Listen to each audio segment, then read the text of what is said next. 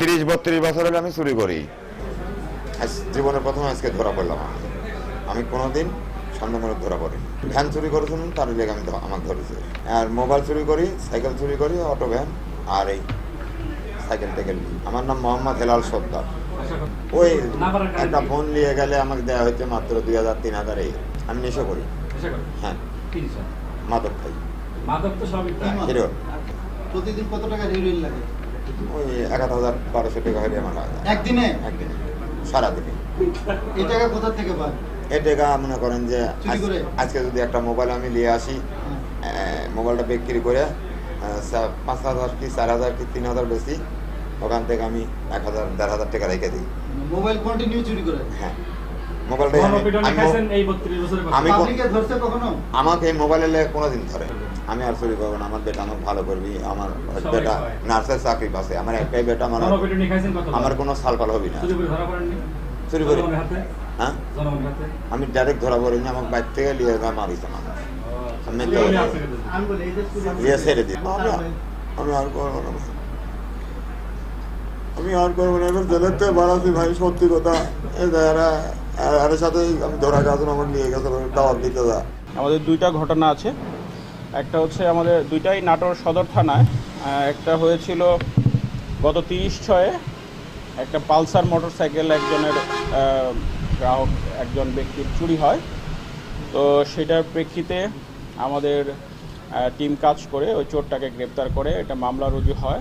তারপরে তাকে রিমান্ডে নিয়ে আসা হয়, এনে জিজ্ঞাসাবাদের ভিত্তিতে তার কাছে যে প্রাপ্ত তথ্য, সেই তথ্য ভিত্তিতে আমরা গতকালকে দীঘাপাতিয়ার মদনহাট এলাকা থেকে ওই মোটরসাইকেলটা উদ্ধার করতে সক্ষম হয়েছি। এটা হচ্ছে প্রথম একটা ঘটনা। আরেকটা ঘটনা হচ্ছে আমাদের গত 19/6 নাটোর সদর থানায় মজিবুর রহমান নামে এক ব্যক্তির একটা অটোরিকশা চুরি হয়। সেই অটোরিকশা চুরির সূত্র ধরে আমাদের ডিবির টিম গোয়েন্দা তথ্যের ভিত্তিতে এবং যে সোর্স আছে, আমাদের সোর্সকে কাজে লাগিয়ে আমরা প্রথমত দুইজন চোরকে গ্রেপ্তার করি। একজনের নাম হাসান আলী আর একজনের নাম স্বাধীন। তো এই দুইজন চোর মানে পেশাদার চোর, সংঘবদ্ধ চোর চক্রের সদস্য তারা। তাদের তথ্যের ভিত্তিতে আমরা আরও দুইজনকে গ্রেপ্তার করি, হেলাল সর্দার এবং নাইম ইসলাম। তারা আবার তথ্য দেয় যে তারা যার কাছে এই অটোরিকশাটা বিক্রি করেছে তার নাম হচ্ছে স্বপন বাবু। তো স্বপন বাবুকে আমরা আবার গ্রেপ্তার করি এবং তার কাছে গিয়ে আমরা একটা ইঞ্জিন চালিত ভ্যান, যেটাকে বলে ব্যাটারি চালিত ভ্যান উদ্ধার করি। তো আমরা যে ভ্যানটা উদ্ধার করেছি সেই ভ্যানটা আবার যে আমাদের বাদী যিনি ছিল তার যে অটোরিকশা সেটা না, কিন্তু আমরা এখন পর্যন্ত যে তথ্য আছে আমরা খুব আশাবাদী এই যে চোর চক্রটা আছে তাদের কাছে তারাই এই চুরিটা সংগঠিত করেছে এবং আমাদের অভিযান অব্যাহত আছে। আমরা খুব আশাবাদী খুব দ্রুততম সময়ের মধ্যেই আমাদের যে আমাদের উদ্ধৃত করা যে মামলাটা আছে সেই মামলার যে আসামি, সেই মামলার যে বাদীর যে কাঙ্ক্ষিত চুরি যাওয়া যে আপনার অটোরিকশাটা, সেটা উদ্ধার করতে আমরা সক্ষম হব। তো এই পুরোটাই একটা সংঘবদ্ধ চোর চক্র।